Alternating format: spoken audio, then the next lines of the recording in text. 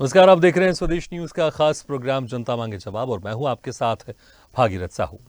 जनता मांगे जवाब में आज बात सैम पित्रोदा के बयान की और उस पर मचे सियासी घमासान की, 24 के रण की और पीएम मोदी के प्रण की। जी हां, 2024 के लिए दूसरे चरण के मतदान से पहले संपत्ति बंटवारे को लेकर मचे सियासी घमासान के बीच इंडियन ओवरसीज कांग्रेस के अध्यक्ष सैम पित्रोदा के विरासत टैक्स वाले बयान पर सियासी भूचाल आ गया है। उनके इस बयान पर भारतीय जनता पार्टी ने कांग्रेस को घेरा है, तो कांग्रेस ने सैम पित्रोदा के बयान से किनारा कर लिया है। हालांकि सैम पित्रोदा ने भी बयान पर सफाई दी है। आपको बता दें कि मुख्य विपक्षी पार्टी कांग्रेस से संपत्तियों का सर्वे करने के चुनावी वादे पर पहले से ही प्रधानमंत्री नरेंद्र मोदी और इनकी पार्टी भाजपा के निशाने पर है। ऐसे में अब इंडियन ओवरसीज कांग्रेस के अध्यक्ष सैम पित्रोदा ने कहा कि अमेरिका में विरासत टैक्स लगता है, भारत में भी विरासत टैक्स लगने पर बहस होनी चाहिए। सैम के इस बयान के बाद लोकसभा चुनाव के बीच नया विवाद खड़ा हो गया है। सैम पित्रोदा के बयान पर प्रधानमंत्री नरेंद्र मोदी ने निशाना साधा और कहा कि कांग्रेस पार्टी देश में मरने के बाद भी लोगों पर टैक्स लगाना चाहती है। उन्होंने लोगों को सचेत किया कि आज फिर आपकी संपत्ति पर कांग्रेस की नजर है। अब अमेरिका के विरासत टैक्स पर भारत में सियासत तेज है। इसी मुद्दे पर जनता मांगे जवाब में चर्चा करेंगे, लेकिन पहले ये रिपोर्ट देख लेते हैं।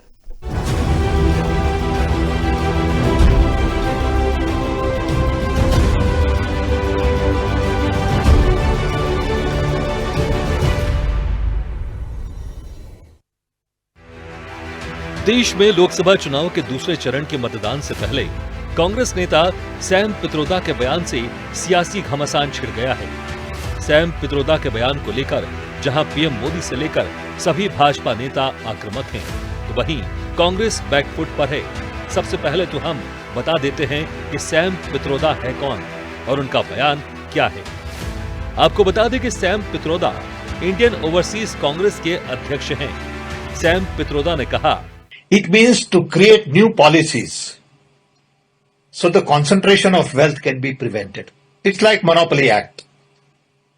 Okay? It doesn't mean that I'll take your shirt away. Alright? How do you read that? I don't understand. How can you do that? Okay? It's not physically possible to do that.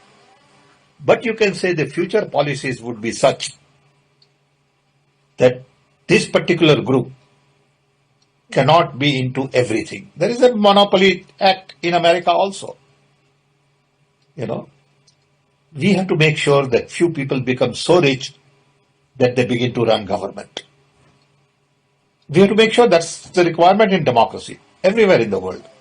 Nothing wrong in being rich, nothing wrong in accumulating wealth, but to what point? Let me tell you, in America, there is an inheritance tax. So if, let's say, one has $100 million worth of wealth, and when he dies, he can only transfer probably 45% to his children. 55% is grabbed by government. Now that's an interesting law. It says, you in your generation made wealth, you are leaving now, you must leave your wealth for public. Not all of it, half of it. Which to me sounds fair. In India, you don't have that. If somebody is worth 10 billion and he dies, his children get 10 billion. Public get nothing. And law says, you get half of it, public gets half of it. So these are the kind of issues people will have to debate, discuss. I don't know what the conclusion would be at the end of the day. But when we talk about redistributing wealth, we are talking about new policies, new programs that are in the interest of the people and not in the interest of super rich only. तो वहीं Sam Pitroda के बयान पर प्रधानमंत्री नरेंद्र मोदी ने कांग्रेस की मंशा पर तीखा हमला बोला। उन्होंने कहा कि जिन लोगों ने पूरी कांग्रेस पार्टी को अपनी पैतृक संपत्ति मानकर अपने बच्चे को दे दी, वो लोग नहीं चाहते कि एक सामान्य भारतीय अपने बच्चों को अपनी संपत्ति दे। उन्होंने कहा कि कांग्रेस माता पिता से मिलने वाली विरासत पर भी टैक्स लगाना चाहती है। कांग्रेस का मंत्र है कांग्रेस की लूट जिंदगी के साथ भी और जिंदगी के बाद भी। अब कांग्रेस का कहना है कि वो इनहेरिटेंस टैक्स लगाएगी, माता पिता से मिलने वाली विरासत पर भी टैक्स लगाएगी। आप जो अपनी मेहनत से संपत्ति जुटाते हैं वो आपके बच्चों को नहीं मिलेगी, बल्कि कांग्रेस सरकार का पंजा उसे भी आपसे छीन लेगा। यानी कांग्रेस का मंत्र है कांग्रेस की लूट, कांग्रेस का मंत्र है कांग्रेस की लूट, जिंदगी के साथ भी और जिंदगी के बाद भी। सैम पित्रोदा के बयान पर कांग्रेस के कम्युनिकेशन डिपार्टमेंट के प्रमुख जयराम रमेश ने प्रतिक्रिया दी है। उन्होंने कहा, सैम पित्रोदा मेरे और दुनिया में कई लोगों के लिए एक मेंटर, दोस्त, फिलॉसफर और मार्गदर्शक हैं।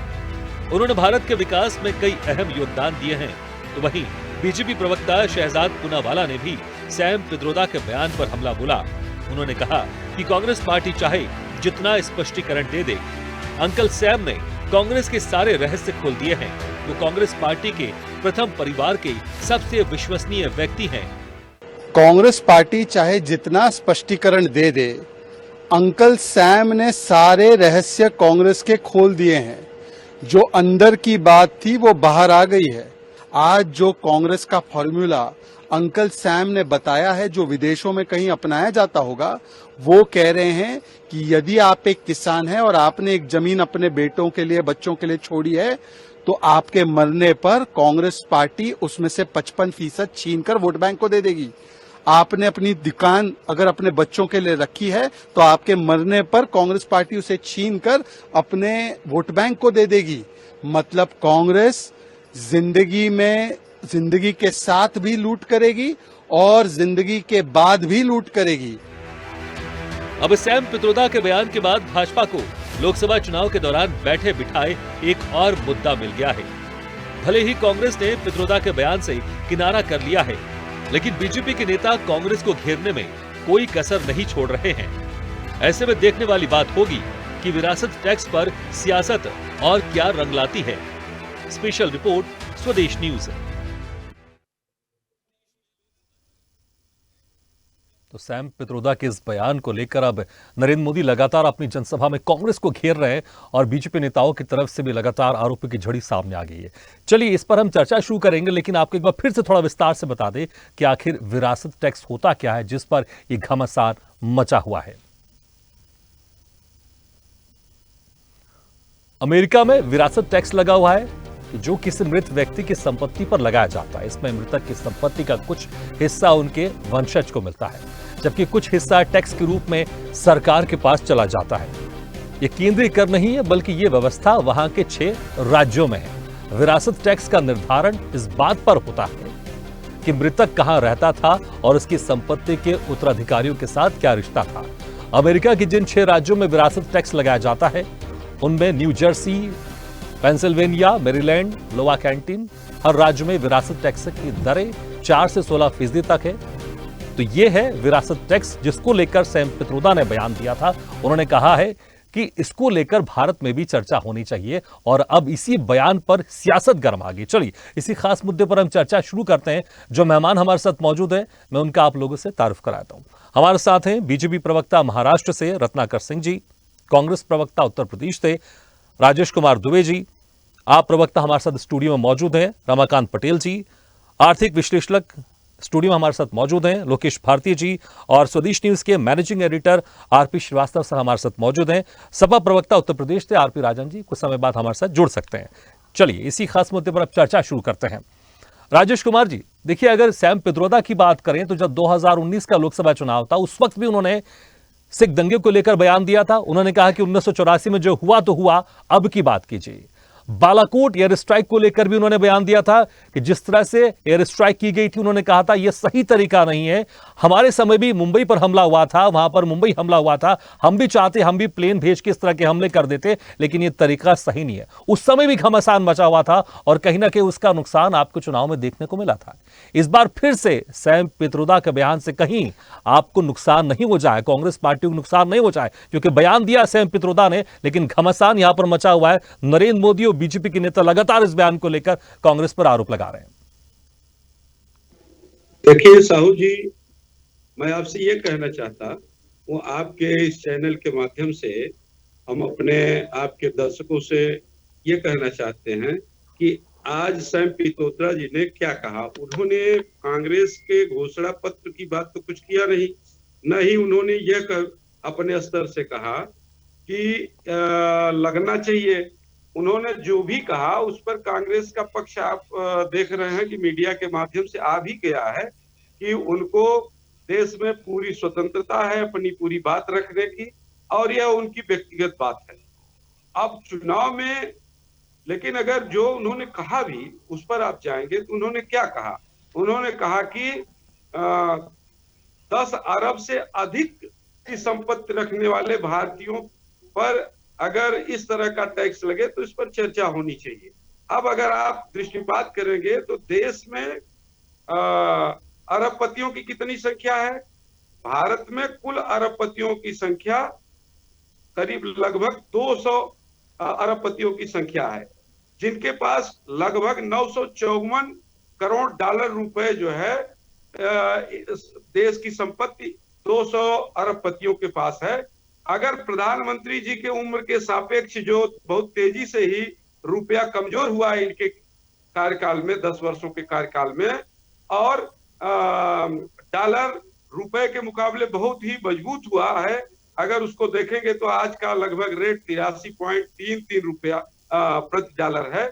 $1 की कीमत 83 रुपया 33 है जो है। तो अगर उससे आप जो है इसको गुणांक में देखेंगे, कन्वर्ट करेंगे 954 करोड़ डॉलर को, तो देश की इन 200 अरबपतियों के पास कुल संपत्ति लगभग 79,500 करोड़ के आसपास जो है, 79,500 अरब के पास पूरी देश की संपत्ति इन 200 लोगों के पास है।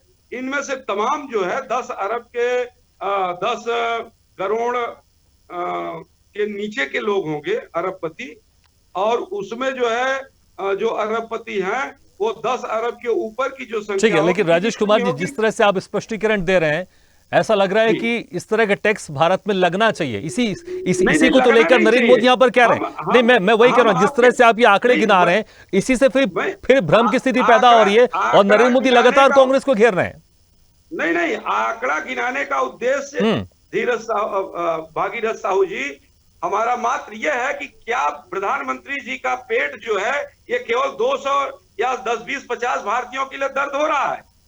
ये तो देश जो है गरीबों का देश है, मिडिल क्लास के लोगों का देश है, या सामान्य जो 10 अरब के नीचे संपत्ति रखने वाले लोग हैं उनका है। उनकी तादाद कितनी है? बहुतायत तादाद तो उन्हीं की है। अब जब पूरे देश में केवल 200 अरबपतियों की संख्या ही है, तो उसमें आप देखेंगे तो 10 अरब से अधिक की संपत्ति रखने वाले तो और कम होंगे उनकी संख्या, क्योंकि भारत सरकार की तरफ से कोई ऐसा डाटा बहुत स्पष्ट नहीं मिल पाया है जिससे ये कहा जाए कि एग्जैक्ट कितनी उनकी संख्या है। तो ये 2-4 अपने इष्ट मित्रों को जो इस देश के, ठीक है, लेकिन बस मैं आपसे एक लाइन में जवाब चाहूंगा, मैं दूसरे गेस्ट के पास भी जाऊंगा। कांग्रेस क्लियर है, इस तरह का टैक्स वो बिल्कुल नहीं लगाने वाली और ना इस पर चर्चा करने वाली है। सैम पित्रोदा के बयान से अपने आप को पूरी तरह से अलग करते हैं, ना कि इस तरह के स्पष्टीकरण देती रहेगी कांग्रेस। नहीं, हम देखिए वो उनका व्यक्तिगत मत है, और चुनाव के दरमियान कहें चाहे पहले कहें, उन्होंने ये थोड़ी कहा। ठीक है, आप कह रहे हैं व्यक्तिगत है, लेकिन वो भी इंडियन ओवरसीज कांग्रेस के अध्यक्ष हैं, वो खास गांधी परिवार के हैं। तो अगर वो कुछ कह रहे हैं तो उस पर कहीं ना कहीं जरूर हम डिबेट भी करें, क्योंकि वो छोटे मोटे व्यक्ति नहीं है, बड़े नेता हैं, बड़ा संबंध उनके गांधी परिवार से। ठीक है, रत्नाकर सिंह जी, ठीक है, उनका विचार व्यक्तिगत, ठीक है, आपने कह दिया कि उनका व्यक्तिगत विचार है। ठीक है, रत्नाकर सिंह जी, कांग्रेस के प्रधानमंत्री जी मैनिफेस्टो क्यों में तो इसका 100-200 जिक्र ही लोग नहीं क्यों है, परेशान हैं? विरासत कर का तो जिक्र ही नहीं है। जिस तरह से आप लोग ये आरोप लगाते रहते हैं कि अभी एनआरसी को तो लेकर चर्चा ही नहीं हुई है, अभी एनआरसी का तो हमने प्रोफार्मा तैयार ही नहीं किया है, लेकिन तब भी विपक्षी पार्टी एनआरसी को लेकर डराती रहती है। तो अभी कांग्रेस ने तो इसको लेकर कोई घोषणा पत्र में जिक्र नहीं किया विरासत कर का, लेकिन आप लोग इस तरह से कह रहे हैं कि कांग्रेस पार्टी के घोषणा पत्र में है, अगर कांग्रेस पार्टी अगर सरकार बनाएगी तो वो इस तरह से यहां पर इस तरह का जो पैटर्न है अमेरिका में उसको यहां पर लेकर आ जाएगी। तो एक भ्रम की स्थिति आप लोग नहीं पैदा कर रहे हैं। रत्नाकर सिंह जी, जी मेरी जी आपने सवाल सुना मेरा? जी जी बिल्कुल बिल्कुल।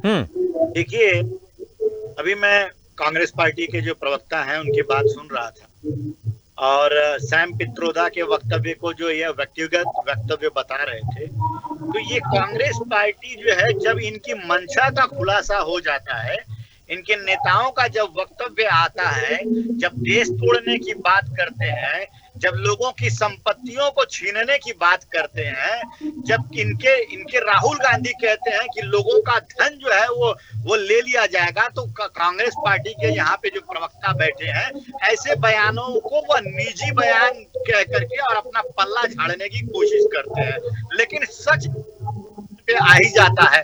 आज आपने आम लोगों को, गरीबों को और गरीब किया 55 साल के अपने शासनकाल के दौरान, न रोजगार दिया, न जो है इंफ्रास्ट्रक्चर दिया, सिर्फ अपने पॉकेट भरने का काम किया कांग्रेस पार्टी ने।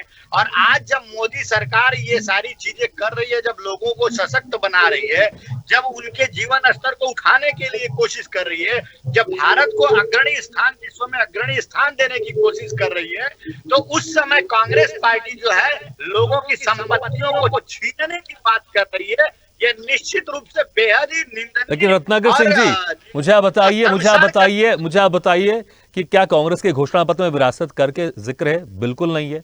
और कांग्रेस कह चुकी है, सैम पित्रोदा के ये व्यक्तिगत बयान है, और सैम पित्रोदा ने यह भी कहा है कि इस पर विचार करना चाहिए। लागू होगा कि नहीं होगा ये बात की बात है, लेकिन विचार करना चाहिए। सुनिए, जयराम रमेश तो ये कह रहे हैं कि बल्कि इस विरासत कर को बीजेपी लागू करना चाहती थी। अरुण जेटली ने इस विरासत कर का उसको कहा था कि अच्छे फायदे वाली बात है, इस पर हमको विचार करना चाहिए। मुझे जवाब देखिए, सैम पित्रोदा कोई नॉर्मल इनके संगठन का कोई छोटा मोटा कार्यकर्ता तो है नहीं, ये इंडियन ओवरसीज कांग्रेस के अध्यक्ष हैं। और अध्यक्ष जब इस तरह की बात करता है तो पूरे कांग्रेस पार्टी की विचारधारा उनकी बातों से झलकता है। और ये कह देना कि उनका निजी बयान है, ये उससे पल्ला नहीं झाड़ सकते हैं। तो ये सारी चीजें देखिए, आज कांग्रेस पार्टी की नीयत जो है पता चल रही है। राहुल गांधी जैसे लोग कह रहे हैं कि लोगों का धन जो है हम लोग लाएंगे, ये कहीं ना कहीं दर्शाता है कि लोगों को तो आप देने का कुछ बात ही नहीं कर रहे हैं, ऊपर से लोगों के पास जो चीजें हैं उसको भी आप छीनने की बात कह रहे हैं। तो लोग ये देख रहे हैं, देश की जनता ये देख रही है कि आप जनहित में काम करने की मंशा रखते हैं कि जनता से आप छीनने की बात करते हैं, वैसी मंशा रखते हैं। ये साफ तौर पे दिख रहा है लोगों को। ठीक है, लेकिन जिस तरह से मैंने कहा आपसे कि जयराम रमेश कह रहे कि ये कर तो आप इसको लागू करना चाह रहे थे, और अरुण जेटली ने इस कर को तारीफ भी की थी। ठीक है, मैं आऊंगा दोबारा आपके पास, आप उस वक्त जवाब दे सकते हैं। रमाकांत पटेल जी, आप पार्टी का इस मामले में क्या कुछ स्टैंड है? देखिए भागीरथ जी, प्रधानमंत्री नरेंद्र मोदी जी ने देश की जनता का लाखों करोड़ रुपया अपने गिनती के चंद पूंजीपतियों को दे दिया है। तो ये वसूली तो होनी चाहिए। और अगर इंडिया गठबंधन आता है तो जो लाखों करोड़ रुपया, 15 लाख करोड़ रुपया आम जनता का लूट करके प्रधानमंत्री जी ने अपने चंद पूंजीपतियों को दे दिया है।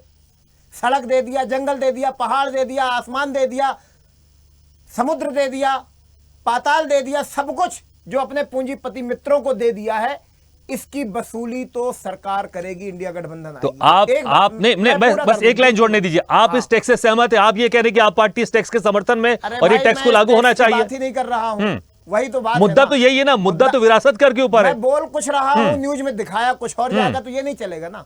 मैं जो कह रहा हूं आप उस बात को जनता तक पहुंचने दीजिए। आप उसको क्लियर कर दीजिए और बेहतर हो जाएगा।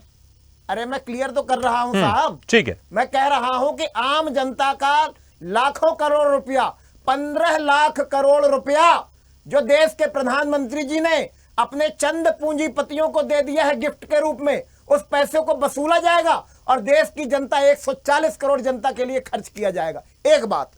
दूसरी बात, ये भारतीय जनता पार्टी के प्रवक्ता भी कह रहे थे कि रोजगार हमने दिया है। 2014 में इनका नारा था ना, बहुत हुई जो है बेरोजगारी की मार, अब की बार मोदी सरकार। ये बतलाएं कि 2014 से 2024 तक में कितने रोजगार दिए, और अगर बताएं तो हिम्मत हो तो रोजगार के नाम पे वोट मांग के दिखाएं। दूसरी बात, इन्होंने कहा महंगाई कम करने की बात। अभी एक टीवी चैनल पे था, वहां पे भी बात कर रहे थे भाजपा वाले, बोले हमने महंगाई कम कर दिया है। मैंने कहा भैया 2014 में पेट्रोल किस रेट में मिल रहा था, अभी किस रेट में मिल रहा है? डीजल किस रेट में मिल रहा था, अभी किस रेट में मिल रहा है? रसोई गैस का सिलेंडर जिसको प्रणाम करके वोट देने जाने की बात कर रहे थे, अब नहीं कहेंगे क्या? 300 का सिलेंडर महंगा था, 1000 रुपए का सिलेंडर सस्ता लग रहा है। तो ये भारतीय जनता पार्टी है, झूठों की पार्टी है, रात दिन झूठ बोलती है। अभी मैं आज देख रहा था, अभी थोड़ी देर पहले, कि भारतीय जनता पार्टी की एक रैली चल रही है। माननीय प्रधानमंत्री जी आए हैं भोपाल में। पिछली बार जब भोपाल आए थे प्रधानमंत्री जी, तो इसी भोपाल से उन्होंने कहा था कि अजीत पवार 70,000 करोड़ रुपए का घोटाला किया है, उसको जेल जाना चाहिए कि नहीं जाना चाहिए? बताओ भाइयों बहनों, बताओ। चला गया जेल। इनके लिए जेल मतलब भाजपा होती है। उप मुख्यमंत्री बना दिए अजीत पवार को। इसी भोपाल के अंदर उन्होंने कहा था 70,000 करोड़ का घोटालेबाज है, उसको जेल जाना चाहिए कि नहीं जाना चाहिए? और देश की जनता समझ नहीं रही है क्या? जेल मतलब भाजपा हो गई। जेल का एक नया समानार्थी निकल आया है, जेल मतलब भाजपा, समानार्थी हो गया। तो मैं ये कहना चाहता हूं, अभी भाजपा प्रवक्ता कह रहे थे और भाजपा के बड़े बड़े नेता कह रहे हैं कि मरने के बाद भी टैक्स, जिंदा में टैक्स और मरने के बाद भी टैक्स। मरने के बाद कौन टैक्स ले रहा है नहीं पता, शमशान की लकड़ियों में कौन टैक्स ले रहा है नहीं पता, कफन में कौन टैक्स ले रहा है नहीं पता, अंतिम संस्कार की क्रियाक्रम में। ठीक है रमाकांत जी, आप तमाम आरोप लगा रहे हैं, तमाम आरोप लगा रहे हैं। मैंने एक सिंपल सा पूछा था कि इसको आप थोड़ा क्लियर कर दीजिए। आप जो कह रहे हैं कि जो 15-16 लाख करोड़ है उससे वापस लिया जाए, कैसे लिया जाएगा? मैं आपसे कह रहा हूं सिंपल, आप यह तमाम यहाँ की बातें करें, कैसे लिया जाए? क्या इस टैक्स के जरिए लिया जाएगा? कैसे लिया? इसको भी तो क्लियर कीजिए ना, कैसे लिया जाएगा? तरीके से भारतीय जनता पार्टी की सरकार ने, मोदी जी ने अपने पूंजीपति मित्रों को गिफ्ट के रूप में दिया है। विरासत टैक्स के समर्थन में आप पार्टी एक नहीं बची, क्लियर कर दीजिए बस। अब साहू जी मैं कुछ कह रहा हूं, आप कुछ और कह रहे हैं। आपने बयान मैं तो सिंपल सवाल कर रहा हूं, जिस तरह से सैम पित्रोदा ने सवाल किया है, जब आपने बयान दिया है विरासत कर पर, आप पार्टी समर्थन में है कि नहीं विरासत कर के साथ? दिशा में प्रेजेंट मत करिए। गलत क्या? यही मुद्दा है। मैं तो सिंपल पूछ रहा हूं। विरासत टैक्स लिखा कांग्रेस कह चुकी है कि हम, कांग्रेस कह चुकी है सैम पित्रोदा की इस बयान का हम समर्थन नहीं करती, उनका व्यक्तिगत बयान हो गई। बस ठीक है, दूसरी बात कह रहा हूं, आप पार्टी भी समर्थन नहीं करती है ना, ठीक है। मैं तो दूसरी बात कह रहा हूं कि जो लाखों करोड़ रुपए आम जनता का वसूल करके इन्होंने अपने मित्रों को दे दिया है, उस पैसे को वसूल करके जनता के लिए खर्च किया जाएगा। मैं तो दूसरी बात कह रहा हूं, आप दूसरा एजेंडा चला रहे हैं। मुद्दा हमारा यही, आज का एजेंडा यही है, विरासत कर सैम पित्रोदा को, हमारा एजेंडा यही है, इसी पर मैं आपसे सवाल कर रहा हूं। ठीक है, पूछिए ठीक है कि कफन दफन में जो सामग्री लगती है उसमें 18% जीएसटी क्यों लेते हैं? भारतीय जनता पार्टी से पूछिए कि मृत्यु प्रमाण पत्र बनवाने जाते हैं तो रिश्वत क्यों देनी पड़ती है इनके राज्य में? इनसे क्यों नहीं पूछते हैं आप? जब हम उस मुद्दे पर चर्चा करेंगे, हम सवाल करेंगे, हम हर सवाल करते हैं, हम हर सवाल करते हैं, लेकिन हमारा जो मुद्दा उस पर भी तो हम चर्चा करेंगे ना। मैं आपसे सवाल कर रहा हूं, आप कहीं कुछ और जा रहे हैं। ठीक है, ठीक है, ठीक है, आपने लेकिन कह दिया कि आप विरासत करके समर्थन में नहीं। ठीक है, आपने कह दिया, ठीक है, ठीक है, आपने कह दिया। लोकेश भारती जी, ठीक है, लोकेश भारती जी, जिस तरह से अब यहां पर विरासत कर की बात आ रही है, एक तो जो चर्चा की बात आ रही है, पी चिदम्बरम ने भी 2012 में कहा था कि इस टैक्स पर हमको विचार विमर्श करना चाहिए। और जिस तरह से अगर हम भारत के परिदृश्य देख लें और अमेरिका का परिदृश्य देख लें, क्या यह टैक्स वाकई यहां पर संभव है? और अगर इसको लगाया जा सकता है अभी, क्योंकि ना कांग्रेस ने कहा है ना बीजेपी ने कहा है, बीजेपी इसका पुरजोर विरोध कर रही है, कांग्रेस ने भी कहा है कि हमने ऐसा कुछ कहा ही नहीं है, वो उनका व्यक्तिगत बयान है। लेकिन अगर चर्चा की अगर बात कर ले, क्या यह संभव है और यह लगाने पर देश का विकास होगा या फिर नुकसान होगा? साहू जी, सबसे पहले तो जनता मांगे जवाब में हम जनता को जवाब देते हैं आपके चैनल के माध्यम से कि मुद्दा क्या था। मुद्दा केवल ये है कि अगर मैंने कोई संपत्ति बनाई है और मेरे जाने के बाद में वो मेरे बच्चों को मिलती है, तो उसके ऊपर हमें अतिरिक्त कर देना है, ये मुद्दा है। सैम पित्रोदा जी का जो बयान है उसमें उन्होंने कहा है कि अमेरिका में जो टैक्स लगता है उसमें 55% जो है वो सरकार अपने पास रख लेती है और 45% जो है वो जो इनहेरेंट टैक्स के फॉर्म में इनहेरेंट टैक्स के बचा हुआ जो हिस्सा है वो लोग अपने पास में रखते हैं। अब प्रश्न यह है कि क्या इसके पहले इस प्रकार का कोई टैक्स था भी या नहीं था। तो मैं जनता को ये बताना चाहता हूं कि इसके पहले एक कानून था और इस कानून को हम लोग ई स्टेट ड्यूटी 1953 के नाम से जानते हैं। और उस टाइम पर 85%, आप ध्यान से सुनिएगा, 85% टैक्स जो है सरकार के द्वारा लिया जाता था। हाँ, किस टाइम की बात करें, अगर आप थोड़ा जिक्र कर दीजिए। ई स्टेट ड्यूटी एक्ट 1953 का है। ये एक प्रकार का आप कह सकते हो इनहेरेंट टैक्स ही है जो सरकार उस टाइम पर चला ये टैक्स। और ये टैक्स चला था 1985 तक और 1985 के बाद इसको बंद कर दिया गया। उस टाइम पर प्रधानमंत्री थे राजीव गांधी जी और फाइनेंस मिनिस्टर थे वीपी सिंह। वीपी सिंह के कुछ रिकमेंडेशन थे वो आपके सामने रखना चाहूंगा कि क्यों इसको बंद कर दिया गया। सबसे पहली बात जो इसमें थी वो ये थी कि जब इस इनहेरेंट टैक्स या ई स्टेट ड्यूटी टैक्स को लाया गया तो बहुत कम इनकम जनरेट हो रही थी। अब बहुत इनकम कम जनरेट होने की वजह से क्या हो रहा है, सरकार का नुकसान हो रहा है। अब इसका क्या तात्पर्य हुआ, इसका तात्पर्य हो कि जिस वजह से मैं टैक्स को लेकर आया हूं उसके अतिरिक्त मुझे और पैसा खर्च करना पड़ रहा है। अब मैं आप लोगों को सीबीडीटी का डेटा, जो लेटेस्ट डेटा है central board of direct tax का डेटा जो इस बार सरकार ने जारी किया है वो आपको बताता हूं। 2013-14 में जो इनकम जनरेट हुई है सरकार की, मैं प्रत्यक्ष कर की बात कर रहा हूं, वो ये 5.62%, ये 2013-14 में, और 2022-23 में बढ़ के हो गई है 6.11। तो अगर आप देखें तो 0.49% का इंक्रीमेंट हुआ है टैक्स कलेक्शन के अंदर। अभी हम लोग बात कर रहे हैं वर्तमान की, लेकिन उस टाइम पर कम क्यों किया गया, क्योंकि इनकम जनरेट बहुत कम हो रही है। दूसरा मुद्दा जो वीपी सिंह जी ने बताया था वो ये था कि बहुत से लोग जो है बहुत आसानी से अपनी संपत्ति को छुपा लेते हैं, तो उसमें कर की चोरी हो रही थी। और तीसरा ये था कि कॉस्ट ऑफ कलेक्शन बहुत ज्यादा था। अभी कॉस्ट ऑफ कलेक्शन क्या है उसको बहुत साधारण शब्दों में बताऊंगा आप लोगों को कि अगर मुझे 100 रुपए कमाने हैं राजस्व के जरिए, उसके बदले में 120 रुपए खर्च कर रहा हूं, मतलब 20 रुपए का घाटा है मेरा। तो कहीं ना कहीं पर सरकार को इससे नुकसान हो रहा था। वीपी सिंह जी का बोलना था कि इस प्रकार से अगर चलता रहा तो हम पहले से ही रेवेन्यू डेफिसिट में चल रहे हैं और ज्यादा बढ़ जाएगा। अब वर्तमान की बात सुनिए आप, अगेन सीबीडीटी का मैं आपको डेटा बताता हूं। 2013-14 में ये 0.57% था। मैं कॉस्ट ऑफ कलेक्शन की बात कर रहा हूं, जो घटकर 0.51% हो गया, जो कि एक अच्छा सूचक है, खराब सूचक नहीं है, ये अच्छा सूचक है। अब आपका जो मुद्दा है वो है आज का कि जो सैम पित्रोदा जी ने जो जवाब दिया है या जो बयान दिया है जिसमें इनहेरेंट टैक्स की बात कर रहे हैं, साधारण शब्दों में विरासत टैक्स। विरासत टैक्स में मैं आपको बताना चाहूंगा जो उन्होंने जवाब दिया है ना, इसी के आधार पर दुनिया में, मैं दुनिया की बात कर रहा हूं, दुनिया में टैक्स को गढ़ा गया। दुनिया में यह बताया गया कि देखो हम लोग अमीर लोगों से टैक्स लेंगे, गरीब लोगों में बांट देंगे। और इसको इकोनॉमिक्स की भाषा में, अर्थशास्त्री भाषा में क्या कहा जाता है, रॉबिनहुड प्रिंसिपल। जैसे आपकी और मेरी बात है कि हम लोग आम आदमी हैं, हम लोग 30 दिन काम करते हैं, जो हमारे पास में सैलरी आती है उसमें सबसे पहले हमारा टीडीएस कट जाता है, उसके बाद में मुझे नाना प्रकार के टैक्स देना पड़ते हैं। लेकिन वास्तविकता में जो अमीर आदमी है वो कैसे टैक्स देता है, वो सबसे पहले सारे एक्सपेंसेस करता है, खर्चे दिखाता है, और उसके बाद में जो बच जाता है उसके ऊपर क्या देता है, टैक्स देता है। और जहां तक बात रही अमेरिका की, देखिए अमेरिका से आप भारत को कंपेयर मत कीजिए। पहली बात, अमेरिका एक पूंजीवादी अर्थव्यवस्था है, हम लोग मिश्रित अर्थव्यवस्था का भाग है। आपको बताना चाहूंगा कि हम लोगों ने जो मूल अधिकार हमारे लिए हुए हैं वो अमेरिका के संविधान से लिए हैं, और उसमें एक आपको याद होगा संपत्ति का अधिकार। तो संपत्ति का अधिकार जो है आज तो कानूनी अधिकार बना दिया गया, लेकिन वहां पर संपत्ति का अधिकार है। दूसरा आपने सुना होगा वहां पर राइट टू आर्म है, मतलब हथियार रखने का अधिकार है। तो जब डॉक्टर बी.आर. अम्बेडकर जी से पूछा गया कि हर आदमी को राइट टू आर्म होना चाहिए, मतलब आप कह सकते हो कि जो राइट टू आर्म है वो होना चाहिए या हथियार रखने का अधिकार होना चाहिए, तो डॉक्टर बी.आर. अम्बेडकर ने बहुत साधारण शब्दों में क्लियर किया कि yes we took fundamental rights from the American Constitution, but according to the peoples of India, हमने भारत के लोगों के अनुसार इसको बनाया। तो सैम पित्रोदा जी को ये समझना चाहिए कि भारत की जनता अलग है और उसके काम करने का तरीका जो है वो अलग है। अब आपके प्रश्नों को ले लेता हूं मैं कि क्या इसको किया जा सकता है, बिल्कुल किया जा सकता है, क्यों नहीं किया जा सकता। ठीक है, मैं जब दोबारा आऊंगा आपके पास तो उस वक्त हम और चर्चा कर लेंगे, लेकिन आपने कहा कि भारत की जो एक परिदृश्य आर्थिक व्यवस्था है वो अमेरिका से अलग है, इसलिए यहां पर ये टैक्स है ये लगाना थोड़ा सा मुश्किल हो जाएगा और इसका नुकसान भी हो सकता है। ठीक है, आरपी राजन जी, आपको मेरी आवाज सुनाई दे रही है?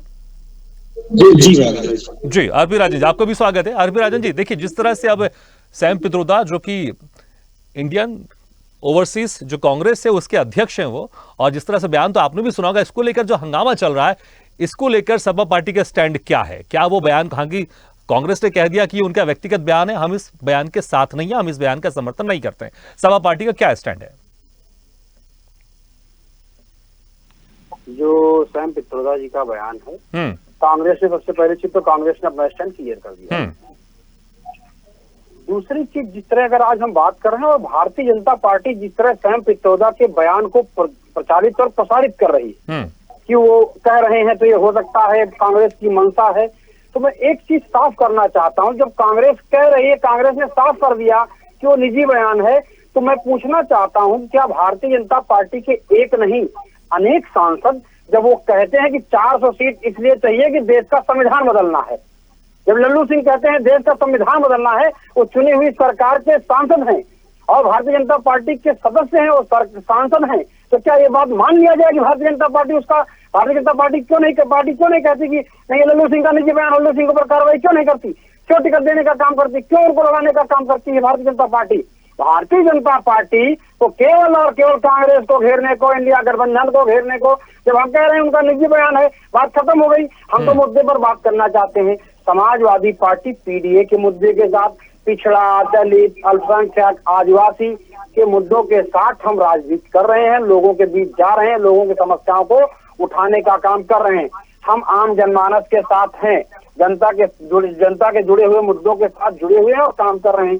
तो समाजवादी पार्टी की तो लाइन एकदम क्लियर है, इंडिया गठबंधन की लाइन एकदम क्लियर है। भागीरथ जी, बताना तो भारतीय जनता पार्टी को पड़ेगा। क्या भारतीय जनता पार्टी बताएगी इनके प्राची मिश्रा जी के बयान को, क्या लल्लू सिंह जी के बयान को, इनके अन्य कई सांसद हैं जिनके बयानों को अगर नाम लेंगे तो लिस्ट फहरिस्त बड़ी लंबी है, तो क्या बताएंगे? उनको तो नहीं मानते। अभी इसी डिबेट में भारतीय जनता पार्टी प्रवक्ता कहते हैं अगर वो कह रहे हैं तो उनकी मंशा है तो भारत कांग्रेस की मंशा होगी। कांग्रेस ने तो अपना स्पष्ट साफ कर दिया, लेकिन आप बताइए इसी डिबेट में बताइए क्या लल्लू सिंह के ऊपर कार्रवाई करेंगे? क्या किया कार्रवाई? क्या आपको प्रधानमंत्री बोलते हैं?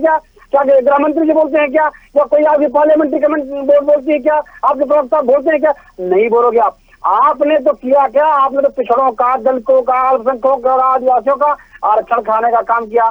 आपने शिक्षक भर्ती में आरक्षण खाने का काम किया।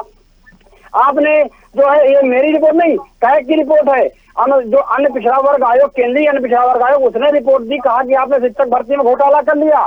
तब माननीय मुख्यमंत्री जी ने कहा कि उत्तर प्रदेश के हाँ हम दोबारा भर्ती करेंगे, फिर भी नहीं कर पाए।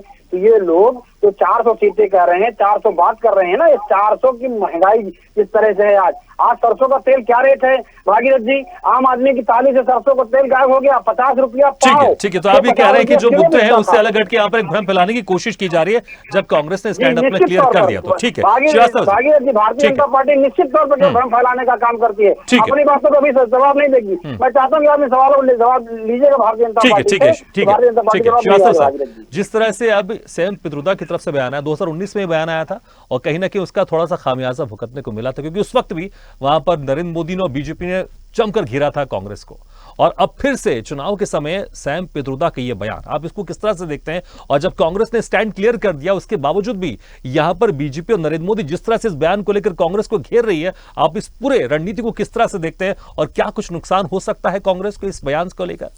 देखिए भागीरथ जी, भारतीय जनता पार्टी तो सैम पित्रोदा का जो है पीछा छोड़ने वाली नहीं है। और दूसरी सबसे बड़ी बात है कि इस पूरे मुद्दे पर आप जरा देखिए, सैम पित्रोदा ने जो बयान दिया, जिस संदर्भ में बयान दिया, उन्होंने ये नहीं कहा, उन्होंने कहा इस पर बहस होनी चाहिए, ये नहीं कहा कि हिंदुस्तान में लागू होना चाहिए। भाई दोनों में अंतर है, बहस होना, लागू होना, दोनों में अंतर है। हम या एक तरफ ये बात मान लेते हैं कि सैम पित्रोदा इंडिया मतलब ओवरसीज के जो है प्रेसिडेंट हैं, ठीक है, वो कांग्रेस के पार्ट भी हो सकते हैं। सैम पित्रोदा वो भी थे जिन्होंने राजीव गांधी के समय में एक जो है पूरा कंप्यूटर और तमाम जो इनको जनक कहा जाता है वो भी काम करते रहे। अगर कोई इस तरह का बयान आया है और जिसको कांग्रेस पार्टी सिरे से खारिज कर चुकी है, नकार चुकी है, ये उनका निजी बयान है, हमारा बयान, पार्टी का स्टैंड नहीं है। एक तो बात ये रही। दूसरी बात है, जहाँ तक इनहेरिटेंस टैक्स की बात कर रहे हैं, जो विरासत कर की बात कर रहे हैं, उन्होंने ये भी बोला है कि ये उन लोगों पर लागू होना चाहिए जिनकी संपत्ति ज़्यादा है। अक्सर ये होता है कि बहुत सारी संपत्ति ज़्यादा होती है, लोग नहीं रहते हैं और उस पर काफ़ी विवाद भी यहाँ खड़ा होता है। और पिछले दिनों में देखा गया बहुत सारे मिल मालिक, तमाम लोगों की संपत्तियों पर विवाद होता रहा। तो अगर इन सारी चीज़ों को उन्होंने ये नहीं कहा कि अब संपत्ति लूट करके कांग्रेस अपनी जेब में रखे, सरकार में जाएगी अगर मान लो कोई कानून आता है, कोई ऐसी बात आती है। अब सवाल ये है कि इसका खामियाजा कितना भुगतना पड़ेगा कांग्रेस को। ये देखिए एक मुद्दा मिल गया है, उस मुद्दे को किस तरह से भारतीय जनता पार्टी, प्रधानमंत्री जी लोगों के सामने ला रहे हैं। अभी बीच में देखा होगा आपने कि मंगलसूत्र का मामला आया, बजरंगबली का मामला आया, अब इसका विरासत कर का मामला आ गया। तो जैसे जैसे चुनाव आगे बढ़ता जाएगा इस तरह के मुद्दे जो है आते जाएंगे। हाँ, ये बात तय है कि सैम पित्रोदा पिछले दिनों में पिछले चुनाव में 2-3 बयान ऐसे दिए जो पूरा कांग्रेस के लिए नुकसान दे रहा, लेकिन ये बयान हमको लगता नहीं कि इस तरह से नुकसानदेह होगा। हाँ, अगर समझा ले गए प्रधानमंत्री जी, लोगों तक कनेक्ट कर ले गए, तब तो कहीं हो सकता बात बन सकती है, लेकिन ऐसा कुछ बयान नहीं है। हो सकता है उसका पलटवार भी आए। और अभी तो इनका पहला प्रधानमंत्री जी की कई जनसभाओं में इस बात को लेकर चर्चा हुई है, उन्होंने बयान दिया है, उन्होंने अपने भाषणों में कहा है, लेकिन कल के बाद कांग्रेस क्या स्टैंड लेती है ये भी देखना होगा। अब सारी चीज़ें देखिए, कितना फायदा होता है, कितना नुकसान होता है, किस दल को होता है, ये तो अलग बात है, लेकिन बयानों का कहीं न कहीं असर जरूर भारतीय जनमानस पर पड़ता है, जनता पर पड़ता है, वोटर्स पर पड़ता है, लेकिन वोटर उसको कितना लेता है। उसके अलावा भी बहुत सारे मामले हैं जिन पर जनता जो है इन विभिन्न दलों को, चाहे सत्ता पक्ष हो या विपक्ष हो, उनके जो है परफॉर्मेंस को देखेगी, उनके द्वारा किए गए वायदों को देखेगी, इन पर भी चुनाव में जो है जनता वोट करेगी। लेकिन फिलहाल ये बयान जो है जो विरासत कर का है, कहीं न कहीं प्रधानमंत्री जी ने इनको लपक लिया है इस बयान को, और उसको लेकर के निश्चित रूप से अब जितनी भी जनसभा होगी उसमें इस बात को बार बार दोहराएंगे और कांग्रेस की मंशा किस तरह की उसको बताने का प्रयास करेंगे। बिल्कुल, आपने सही कहा, क्योंकि हमने देखा है चाहे वो चाय को लेकर हुई थी, जब 2014 में चाय पर चर्चा शुरू हो गई, अभी जब परिवार को लेकर कहा गया तो मोदी मेरा परिवार एक अभियान शुरू कर दिया गया। राजेश कुमार जी, जिस तरह से हमने देखा है कि अगर किसी भी तरह का अगर आप लोग की तरफ से बयान आता है और उसको बीजेपी, नरेंद्र मोदी खासकर उसको लपक लेते हैं और इस तरह से उसको पेश करते हैं, कहीं ना कहीं लोगों की भावनाओं से भी जुड़ जाता है। और जिस तरह से अगर इसी बयान को लेकर आप देखिए, संपत्ति सर्वे को लेकर मंगलसूत्र तक चले गया मामला, उसके बाद फिर यहां पर इसको धर्म को भी बीच पर लेकर आ गए। लेकिन यहां पर अगर मैं बोलूं, पी चिदम्बरम ने भी यह बयान दिया था 2012 में, इसलिए बीजेपी भी इसको लेकर कह रही है कि आपके पहले जब वित्त मंत्री थे आपकी सरकार में, पी चिदम्बरम 2012 में उन्होंने यह बयान दिया, अब सैम पित्रोदा जो कि इंडियन ओवरसीज कांग्रेस के अध्यक्ष हैं, तो मंशा यहां पर लगती है। जब इतने बड़े बड़े नेता कहते हैं मंशा यहां पर लगती है, और यही मंशा को लेकर अब जनता के बीच में जाया जा रहा है, और फिर मंगलसूत्र की बात आ रही है, संपत्ति को लेकर बात आ रही है। तो अगर ये इमोशनल चीजें अगर जुड़ गई, जैसे कि श्रीवास्तव सर ने कहा, अगर नरेंद्र मोदी कन्विंस हो गए जनता को ये समझाने में या बताने में या जोड़ने में, तो मुश्किल हो जाएगी आपके लिए। भागीरथी साहू जी, मैं आपसे ये कहना चाहता हूं कि जनता पर हम भरोसा रखें कि जनता हमारे देश की जागरूक है, शिक्षित है, और ये प्रधानमंत्री जी हजारों करोड़ रुपया अपने नकली इमेज बनाने के लिए जो खर्च किए वो सब धूल धूसरित हो गया, और इनकी जो बालू के भीत पर खड़ी जो है इमेज थी वो समाप्त है इस चुनाव में।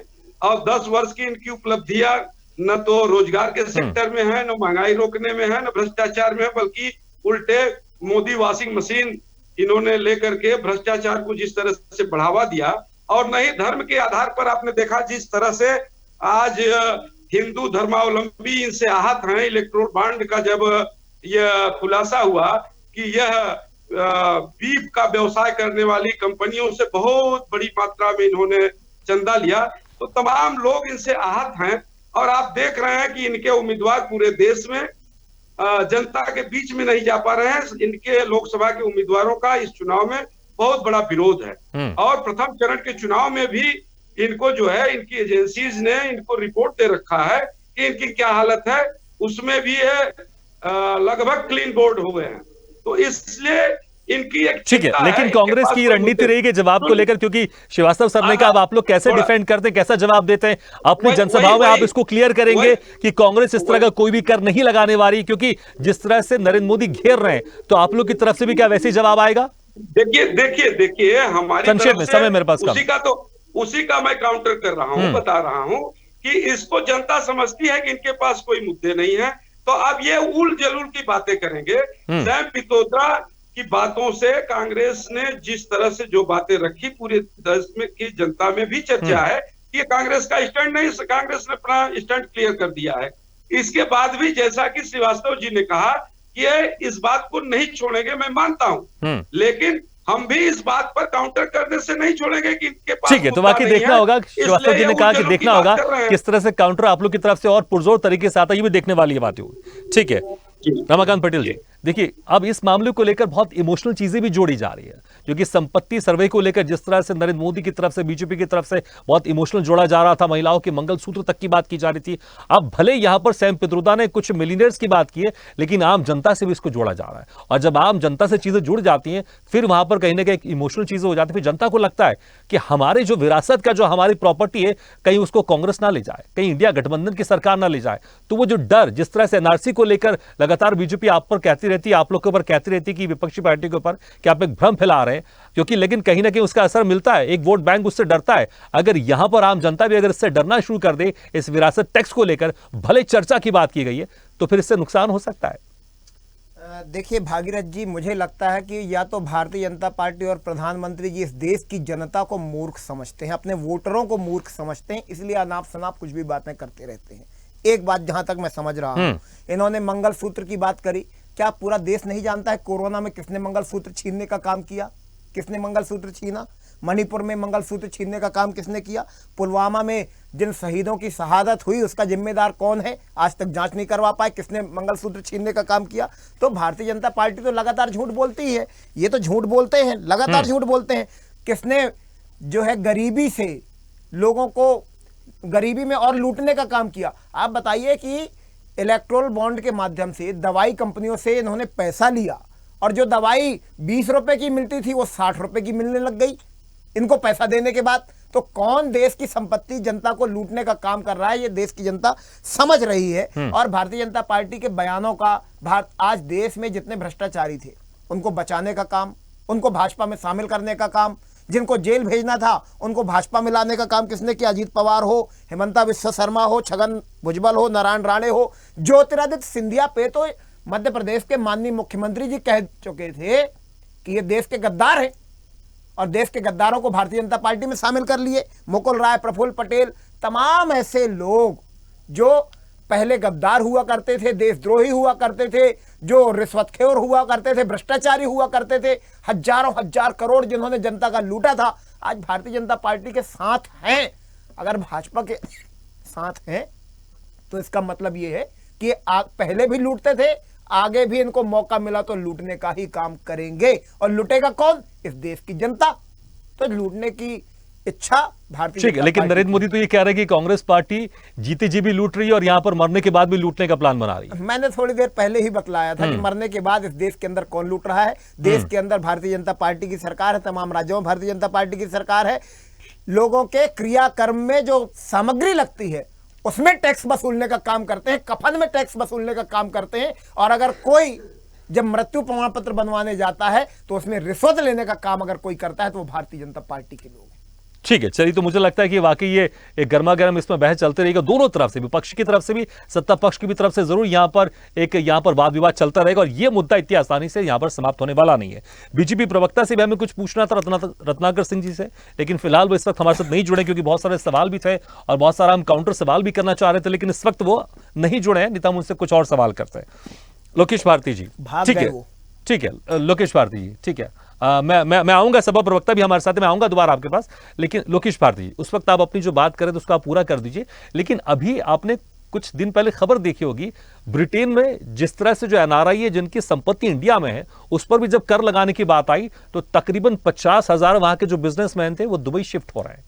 तो इस तरह के भले चर्चा की बात हो रही है, लेकिन एक डर तो होगा ना, क्योंकि अगर जो गरीब आदमी वो भी अमीर बनने की सोचता है, जो मध्यम वर्गीय वो भी अमीर बनने की सोचता है, लेकिन अगर वो सोचेगा कि अगर मैं अमीर बन जाऊंगा तो मेरे बच्चों को जो मैं इकट्ठा करूंगा अपनी संपत्ति, अगर उसमें से मुझे 55% देना होगा, तो डर तो होगा ना। वो गरीब भी डरेगा, मध्यम वर्ग भी डरेगा, अमीर तो डरेगा ही कि मेरे पास तो संपत्ति है, अगर ये कर आ गया तो मुझे फिर 55% देना होगा। क्योंकि ये वाकई एक डर का एक मुद्दा है या फिर एक भ्रम फैलाने की कोशिश की जा रही है, और हिंदुस्तान में कभी ये कर लागू हो ही नहीं सकता। साहू जी, सबसे पहले तो डर हर आदमी को होगा इस चीज का।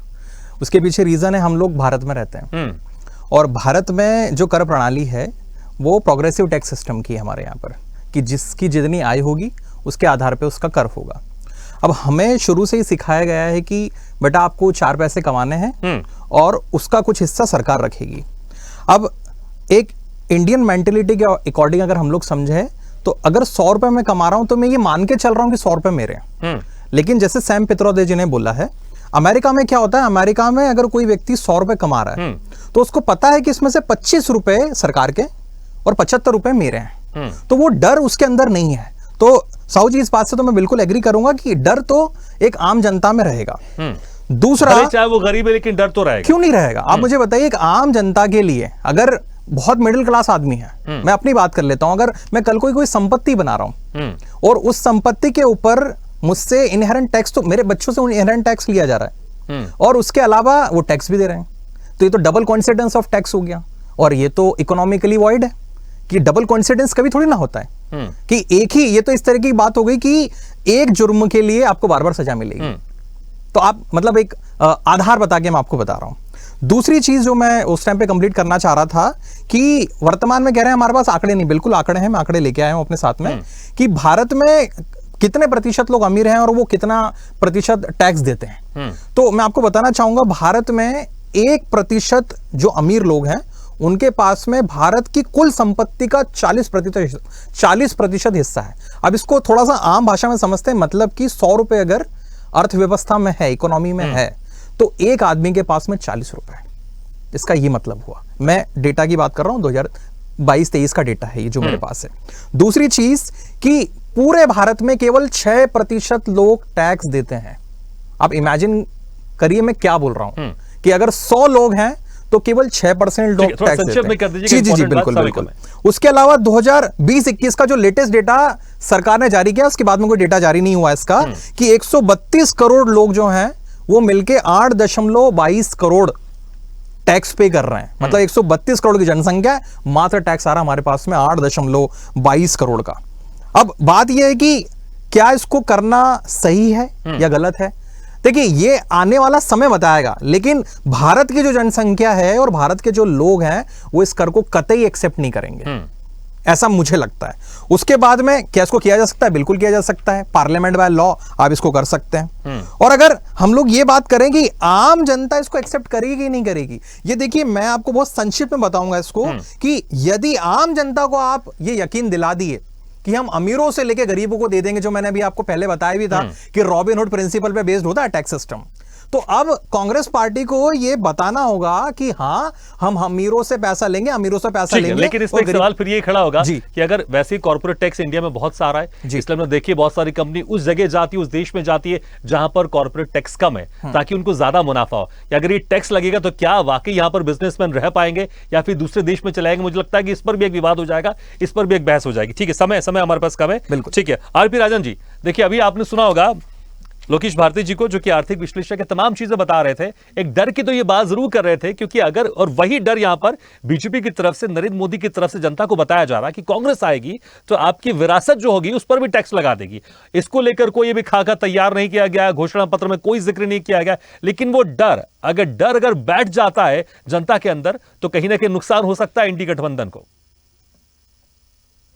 भागीरथ जी, सबसे बड़ी बात है कि हम आज चैनल पे बैठे हैं और जिस विषय पे चर्चा कर रहे हैं, आप भी कह रहे हैं और हम भी जान रहे हैं, वरिष्ठ पत्रकार ने कहा, आर्थिक विश्लेषक ने कहा कि इस बात का तात्पर्य क्या है, सारे लोग समझ रहे हैं। उसके बाद भी किस तरह से भ्रमित किया जा रहा है, जनता को प्रचारित किया जा रहा है, तो सब जब जनता समझ रही, लोग समझ रहे हैं कि कौन लोग झूठे हैं, कौन लुटेरा है, किसके पास मुद्दे नहीं है, भ्रमित करने के लिए आज भ्रमित करने का काम भारतीय जनता पार्टी कर रही। मैं कहता हूँ 10 साल में आपने जो काम किए वो काम पर वोट मांगिए। हमने एक काम किया है, आज आपको भ्रमित करने की क्या जरूरत है? आप तो सत्ता में बताओ ना जनता की, तो हमने काम किया और हम करेंगे। भाइयों बहनों, भ्रमित मत करिए। भारतीय जनता पार्टी केवल भ्रमित करने का काम करती है, लोग समझ रहे, सबको पता है, कोई भ्रम में रहने वाला नहीं है। भारतीय जनता पार्टी और भारतीय जनता पार्टी के नेता और आदरणीय प्रधानमंत्री जी जनता को बेवकूफ बनाते हैं, बेवकूफ बनाना चाहते हैं। लोग समझते जनता बेवकूफ, लेकिन जनता बेवकूफ नहीं है। जनता इनके जुमलेबाजी में आने वाले नहीं, ये जुमलेबाज लोग। अच्छा, सबसे बड़ी बात भागीरथ जी ना, भारतीय जनता पार्टी के लोग, हमारे यहाँ गाँव में कहावत कही जाती है, छोंक के चाट लेना। ये लोग तो ऐसे लोग हैं, ऐसे ऐसे कानून बना करके ले आते हैं, ऐसी ऐसी चीजें ले आते हैं जिसको जनता कहती, किसान कहता कि हमको नहीं चाहिए, उसके बाद चुनाव आता थे, उसको 1 साल तक लोगों ने परेशान करते हैं, लाठी चलाते हैं, आंसू से गोले छोड़ते, उसके बाद वापस ले लेते, छोड़ के चाट लेते। तो इनका कोई भरोसा नहीं है। ये लोग इस तरह प्रचारित करने का काम करेंगे या इसी तरह भ्रमित करने का काम करेंगे, तो ये इनके पास भी कोई मुद्दा नहीं है। जनता सरकार से, सत्ता से जाने वाले हैं, सरकार से बाहर होने वाले हैं, जनता जान चुकी है। इंडिया गठबंधन का एक एक घोषणा पत्र का न्याय पत्र का एक एक वादा एकदम क्लियर है, एक एक साफ है। हम रोजगार की बात कर रहे हैं, हम नौकरी देने की बात कर रहे हैं, हम महंगाई कम करने की बात कर रहे हैं, हम भ्रष्टाचार को समाप्त करने की बात कर रहे हैं, हम अगर आर्थिक असमानता को दूर करने की बात कर रहे हैं, ये पहुंच जाते हैं मंगलसूत्र पर। और मैं तो पूछना चाहता हूँ भागीरथ जी, आपके माध्यम से और जो है प्रदेश के माध्यम से पूछना चाहता हूँ कि क्या जो है प्रधानमंत्री जी वो आनंदीबेन जी के मंगलसूत्र का न्याय कर पाए क्या? उनका मंगलसूत्र क्या संभाल पाए क्या, दे पाए क्या? तो जो आदमी अपनी पत्नी को छोड़ दे, अपना मंगलसूत्र अपनी पत्नी का संभाल पाए और देश की माताओं बहन बेटियों का मंगलसूत्र की बात करता है, और इससे बड़ा बेहया और बेशर्मी नहीं होगी इस देश में।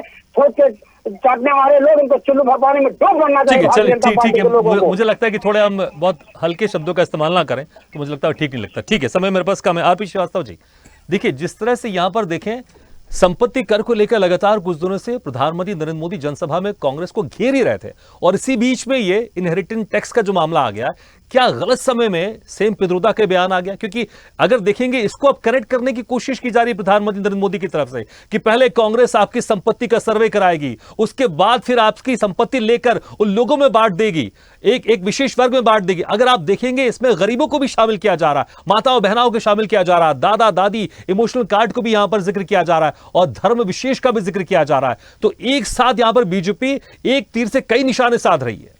देखिए भागीरथ जी, अभी तो जो हम संपत्ति कर की बात कर रहे थे, जिस जातिगत जनगणना आर्थिक सर्वेक्षण की बात कर रहे थे, पहले भी हो चुका है, और वो इसलिए भी हो सकता है पिछली सरकारों की ये मंशा रही होगी आर्थिक सर्वेक्षण के आधार पर एक तरह से लोगों के जीवन को ऊपर उठाने वाली बात है। यहाँ संपत्ति कर की जगह पर विरासत कर की बात हम कर रहे हैं। विरासत कर को संपत्ति कर, लेकिन नरेंद्र मोदी इसी को जोड़ रहे हैं बार बार करके, और पूरा एक तरह से जो लोगों में डर क्रिएट करने वाली बात है। लेकिन सबसे बड़ी बात है कि आप जो विरासत कर लेंगे या जिन लोगों से जो जिनके पास संपत्ति है उनसे लेके, अगर इनमें इनके विकास के तमाम चीज़ों के लिए, क्योंकि ये किसी की जेब में नहीं जाएगा, ये सिर्फ कांग्रेस की जेब में थोड़े जाना है कर, ये तो सरकार के पास जाना है, और उसका उनके डेवलपमेंट में अगर उपयोग होता है तो हमको लगता है कि जो चीज़ जो कहना चाह रही कांग्रेस पार्टी, उसको जो है काउंटर करने का एक तरीका ढूंढ लिया है प्रधानमंत्री जी ने। जैसे पहले बहुत नारा चलता था, हम लोग जब चुनाव वगैरह में देखते थे, बहुत सारी पार्टियां नारा लगाती थी कि धन और धरती बट के रहेगी, भूखी जनता चुप न रहेगी। इस तरह के ढेर सारे नारे हिंदुस्तान में चलते हैं, और भी बड़े बड़े नारे चलते हैं। तो कहीं ऐसा तो नहीं है कि प्रधानमंत्री जी इस बात को समझ रहे हों कि ये जो संपत्ति कर या आर्थिक सर्वेक्षण, जो जातिगत जनगणना, इन सारे मुद्दों को लेकर के विपक्ष जो सामने आ रहा है, उसका जवाब देने के लिए सैम पित्रोदा का बयान प्रधानमंत्री जी जिस तरह से उसको परोस रहे हैं जनता को, हमें लगता है कि कहीं न कहीं अगर उनको भ्रमित कर ले गए जनता को, तो जरूर भारतीय जनता पार्टी के फायदे में बात होगी। अन्यथा ये ऐसे हवाई होगा, क्योंकि सैम पित्रोदा ने ऐसा कुछ नहीं कहा कि इसको लेकर के कानून बनाया जाना। उन्होंने एक सुझाव दे दिया है, और उस सुझाव पर कौन अमल करता कौन नहीं करता, देश में कौन सी सरकार बनेगी, कितना अमल करेगी, ये देखने वाली बात होगी। आपने बताया भी कि पी चिदम्बरम का नाम लिया, आपने अरुण जेटली का नाम लिया, जो इनका जो है समर्थन करते रहे। तो हमें लगता है कि अगर कोई सैम पित्रोदा ने इस समय जो बयान दिया है, उसका असर किस तरह से होगा और विपक्ष इसको किस तरह से काउंटर करेगा, इसको देखना होगा। और बाद में ये पता चलेगा कि चुनाव में किस तरह से जनता इन बयानों से भ्रमित होके वोट दे रही है। न कि विकास कोई मॉडल है, न कोई मुद्दा है। तो अगर बयानों से भ्रमित होकर के वोट देना है, तो निश्चित रूप से देश की जनता इन बातों को समझेगी, समझने का प्रयास करेगी। बिल्कुल, वाकई देखना होगा कि क्या जिस तरह से कोशिश की जा रही बीजेपी की तरफ से इस बयान को लेकर एक जनता को एक मैसेज देने की कोशिश की जा रही, क्या वो अपने इस रणनीति में सफल हो पाएगी या फिर कांग्रेस इस मुद्दे को लेकर बेहतर काउंटर कर पाएगी, देखने वाली बात होगी। चलिए, हमारा समय भी समाप्त हो गया। रत्नाकर सिंह जी, राजेश कुमार जी, रमाकांत पटेल जी, आरपी राजन जी, लोकेश भारती जी और श्रीवास्तव सर, आपको बहुत बहुत शुक्रिया हमारे इस खास चर्चा में शामिल होने के लिए। तो जिस तरह से यहाँ पर विरासत कर को लेकर विवाद सामने आया है, सैम पित्रोदा ने जिस तरह से बयान दिया, अब बीजेपी की तरफ से, खासकर नरेंद्र मोदी की तरफ से घेर लिया गया है। 2014 में हमें याद था मणिशंकर अय्यर ने जिस तरह से बयान दिया था चाय को लेकर, उसके बाद चाय पर चर्चा हुई और 2014 में हमने रिजल्ट देखा, बीजेपी को खास फायदा हुआ। उसके बाद 2019 में भी सैम पित्रोदा की तरफ से बालाकोट एयर स्ट्राइक को लेकर बयान सामने आया था, सिख दंगे को लेकर बयान सामने आया था। कहीं ना कहीं उसका नुकसान कांग्रेस को हुआ है। अब देखना होगा इस बार 2024 के लोकसभा चुनाव में जिस तरह से बयान सामने आया है, क्या इससे कांग्रेस को नुकसान होगा या फिर कांग्रेस इसको बेहतर तरीके से काउंटर कर पाएगी और इसका कुछ असर नहीं होगा और बीजेपी जिस रणनीति के साथ इस बयान को लेकर आगे जा रही है वो रणनीति में सफल हो पाएगी या नहीं हो पाएगी, ये देखने वाली बात है कि मुझे लगता है 4 जून को इसका रिजल्ट भी सामने आ जाएगा। इसी के साथ हमारी खास पेशकश में फिलहाल इतना, लेकिन खबरों का सिलसिला लगातार जारी है। आप देखते रहिए स्वदेश न्यूज, सबसे पहले देश।